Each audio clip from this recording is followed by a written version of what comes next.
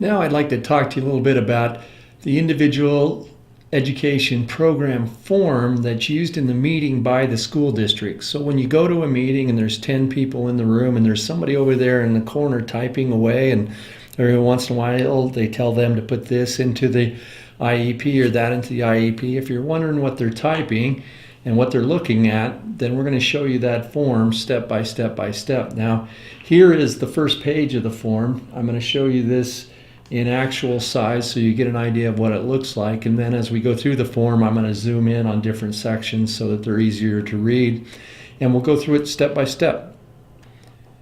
Here is the first page of the IEP, and it lists the date that you're going to have the meeting, who the student is, which school they attend, who you the parents are, the age of your child, what grade your child is in, and which school district you attend.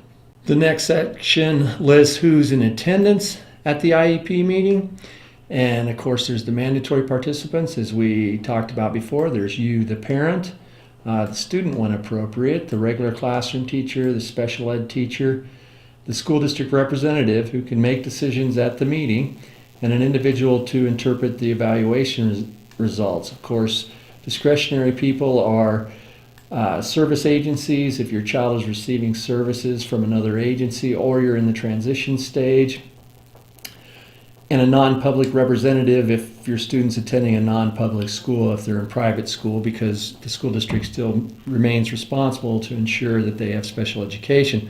And those are the people who will be at the meeting, and then others as determined by the district. They have discretion on who they can pick to come, and others as determined by parents. Then you will sign right here, and it says whether the district has taken the necessary action to make sure you understand what's going on in the IEP meeting and that you received a copy of the IEP at no cost. The second page contains items that need to be discussed at the meeting. Your student's strengths, any information you have, results of any initial or recent evaluations. That could include both school evaluations or any medical evaluations that you've had done. Any results of state and district-wide assessments. If the behavior of your child impedes his or her learning, then that must be taken into consideration, and the use of positive behavioral interventions to address that needs to be talked about. If your child has limited English proficiency, that's an issue that needs to be discussed. If your child needs Braille or has hearing limitations, then communication in that area also has to be addressed. And assistive technology devices and services must also finally be addressed. And assistive technology is really important, so make sure it gets addressed in the IEP meeting. Then you turn to some necessary components of the IEP, such as present levels of academic achievement and functional performance. This is where your child is at right now. The next page is an example of a measurable annual goal. This is where you write your goal for the year, whether it be in English, whether it be in math, whether it be a physical therapy goal. Any goal is written right in here. Here's where you want to be in a year. So this is where we're at. That was present levels of performance. This is where we want to be in a year. Here's how we get here. Here is short-term objectives and or benchmarks. And so these are steps along the way that make sure that we're getting to the annual goal. And so how do we know we're getting there? How do we progress? Then the school tells you what instruments, evaluation procedures they're going to use, who's responsible, when it's going to be reviewed, and how the student's progress will be reported to you, the parent. And so that could be through progress reports, it could be through letters, phone calls. I've seen diaries go back and forth between the school just to keep the parents up to date on how things are going and how we're progressing towards the annual goal. There may be only one goal, or there may be several annual goals. Usually there's several. It depends on your child, and there also will be, if your child is 16 years or older, there will be a transition plan contained in the IEP, and that's this page here. On this one, they're using an example. They say the child's not 16, so no transition plan has been designed for the student. If your child is 16, then this whole section would be filled out with a transition plan. To see more on that, go to our section on transition. It's more detailed. This page contains a statement of special education and related services. That is, what is the service? Is it a special education service? Special education related service, supplementary aid services, a modification or accommodation, an assisted technology device, our supports for school personnel such as an aide in the classroom, those type of things.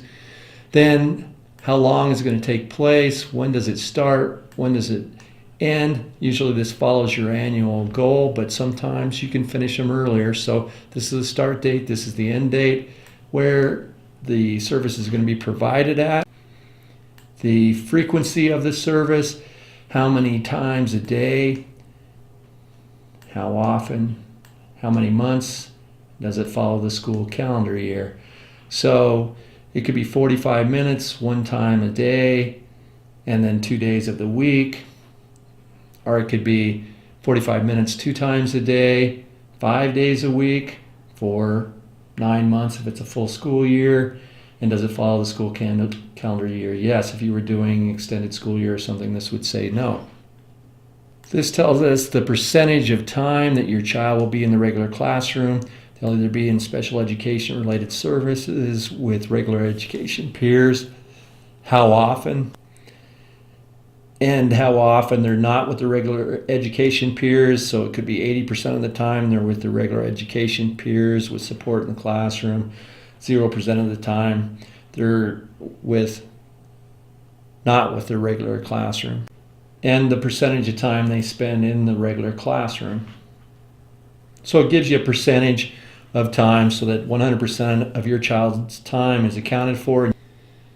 Finally, on the last page, there's a few issues that they take care of. Transportation. Does your child qualify for special education transportation? Here will be the plan.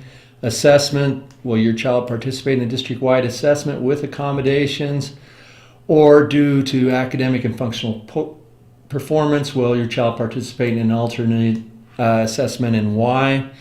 Whether your child will have extended school year services or not. Extended school year services are a service that's provided when your child, most of the time when your child can regress over the summer, to keep them from regressing, losing too much of the information they gained in the previous year. If you have questions about this, you can contact your school or contact us. And that is the IEP form. Just like we talked about before, what is an IEP? It's a plan. Where do we want to be in a year? How do we get there? How do we measure that we're getting there? What tools do we need to get there? And that is the IEP form.